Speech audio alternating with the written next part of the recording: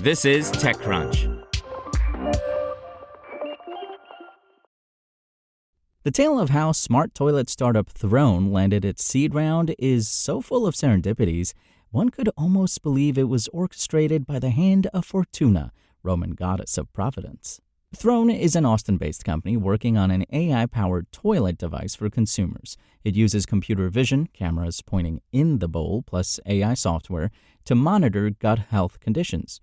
It just raised $4 million in seed financing led by Moxxie Ventures founder Katie Jacobs Stanton, with a bunch of other VCs participating and several famous angels like Lance Armstrong, Rupa Health co-founder Tara Viswanathan, and True Mod founder Justin Mayers, maker of brands like Kettle and Fire, the startup says. Throne isn't a toilet, but a device that mounts onto the bowl of one. The device, combined with software, analyzes indicators of certain chronic conditions, as well as hydration and urological function, all in the privacy of the home. The software has added privacy controls, such as anonymizing the images sent to researchers. The device is currently in a pre-production working prototype form, with a planned launch date of January 2026, co-founder CEO Scott Hickel tells TechCrunch.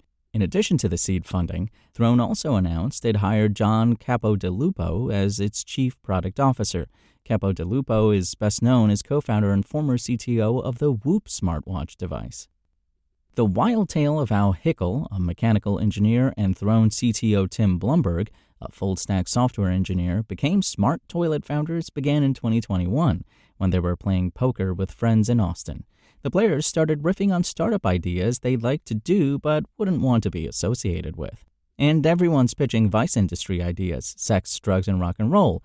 Tim said smart toilets. I was like, that's hilarious. Clearly you would name that company Throne, Hickel recalled. Fast forward to 2023 when the nurse hiring software startup Hickel and Blumberg were working on failed. They had raised some funding for it and were calling their investors telling them they either needed a new idea or were going to return the funds. Out of the blue, one of their investors said, "You guys thought about smart toilets?" We were like, we've named that company. That's Throne. They took that as a sign. The pair began researching and turned to Hickel's mom, a doctor specializing in gerontology. He asked her if there would be any medical benefit in looking at people's waste, and she began regaling him with somewhat disgusting stories of the photos of such things that her patients love to send her. Short answer, yes. Waste can be analyzed for health-related information. They learned this could be helpful to monitor a wide variety of chronic conditions such as irritable bowel syndrome, IBS, ulcerative colitis, detection of various colon cancers, chronic kidney disease, enlarged prostate, as well as conditions that could be identified or monitored by looking at other waste, such as menstrual blood. As the son of two doctors, Hickel's dad also dabbled in inventing medical devices. Knowing it might be possible to divert a chronic condition attack or predict a deadly cancer was really motivating to me, Hickel says. Not everyone shared that enthusiasm. The co-founders knew they lacked hardware product development experience. One of their existing investors was so opposed to the idea he wanted his money back. That was brutal, Hickel described, not just for the loss of capital, but for the loss of confidence. Still, after giving that money back, they ran into more people who liked the idea rather than who shunned them for it. Their Austin contacts led to an introduction to Lance Armstrong's business manager, who set them up to pitch Armstrong directly. The former bike racer famously had testicular cancer. And that led them to a surreal moment standing outside the racer's bathroom door after having installed a prototype, waiting for his verdict, Hickel described. Armstrong wrote a check. Not every introduction led to checks, but many led to more introductions, including Capodilupo, who also wrote an angel check.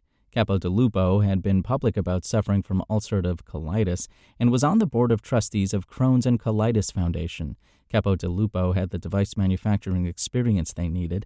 It took the founders months to convince Capodilupo to not just invest, but join as a founder. The introduction to well-known seed investor Jacob Stanton was also serendipitous. Hickel had been friends with Rupa Health's Viswanathan since high school, and she orchestrated the introduction.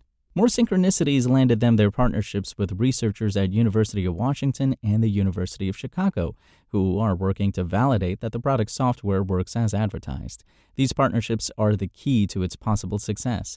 Throne landed University of Washington when a friend of Hickles randomly sat next to a urologist researcher on a plane and talked about Throne, then put him in touch, he said. They got the University of Chicago when a friend of Hickles introduced him to his gastroenterologist uncle.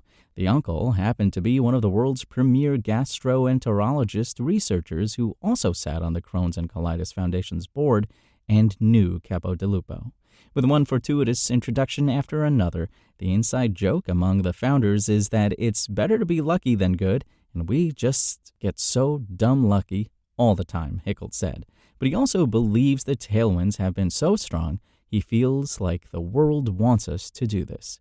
Other investors in the seed round include Accomplice, Long Journey Ventures, V1.VC, Knight Capital, Retron VC, and Mylan Ventures.